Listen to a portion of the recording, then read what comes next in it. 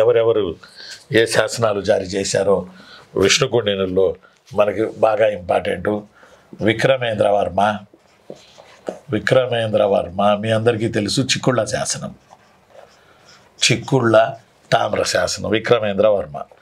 ఇంద్రవర్మ అని మొదటి రాజు మాధవ వర్మ కన్నా ముందు రాజు. ఇంద్రవర్మ రామతీర్థం శాసనం వేశాడు.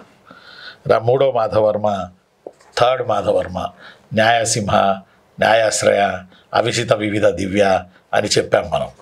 థర్డ్ మాధవర్మ ఇతను పాలమూరు శాసనాన్ని వేశాడు. ఆ తర్వాత ఈపూరు శాసనాన్ని వేశాడు. ఈపూరు ఎక్కడ ఉంది, ఈపూరు శాసనాన్ని వేశాడు. ఆ తర్వాత థర్డ్ మాధవర్మ అన్నాం కదా, సరే సెకండ్ మాధవర్మ వేల్పూరు శాసనం వేశాడు. వేల్పూరు శాసనం వేశాడు.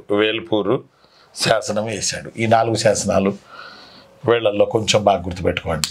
విక్రమేంద్ర వర్మ, ఇంకోటేమో గోవిందవర్మ అనే ఒక రాజు ఉన్నాడు. గోవిందవర్మ అనే రాజు జారీ చేసిన శాసనం ఏంటంటే గోవిందవర్మ చైతన్యపురి శాసనం. హైదరాబాద్లో ఎల్బీ నగర్ దగ్గర చైతన్యపురి అని ఉంటుంది, అక్కడ వేసిన శాసనం గోవిందవర్మ జారీ చేశాడు. ఈ వంశంలో ఒక రాజు, అంత ఫేమస్ కాదు కానీ బట్ బౌద్ధాన్ని కొంత వీళ్ళు డెవలప్ చేశారు. విష్ణుకుండినులు బౌద్ధానికి నష్టం కలిగించారు అనేది 99% నిజమైతే, ఒక గోవిందవర్మ మరియు అతని భార్య వీళ్ళిద్దరూ కలిసి చైతన్యపురిలో విహారాన్ని కట్టి బుద్ధిజం లేదు అని మేమెట్లా అంటాము, కొద్ది గొప్ప మా దగ్గర కూడా ఉంది అని చెప్పారు. విక్రమేంద్ర వర్మ, ఇది కొంచెం నోట్ చేసుకోండి కళ్యాణి. విక్రమేంద్ర వర్మ చిక్కుళ్ళ తామ్ర శాసనం, ఇంద్రవర్మ రామతీర్థ శాసనం, రెండో మాధవర్మ వేల్పూరు శాసనం, మూడో మాధవర్మ పాలమూరు ఈపూరు శాసనం, గోవిందవర్మ చైతన్యపురి శాసనం. ఒక్కసారి చూసుకోండి ప్లీజ్.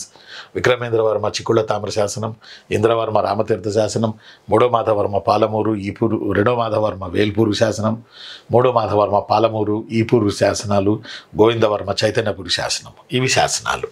ఓకేనా?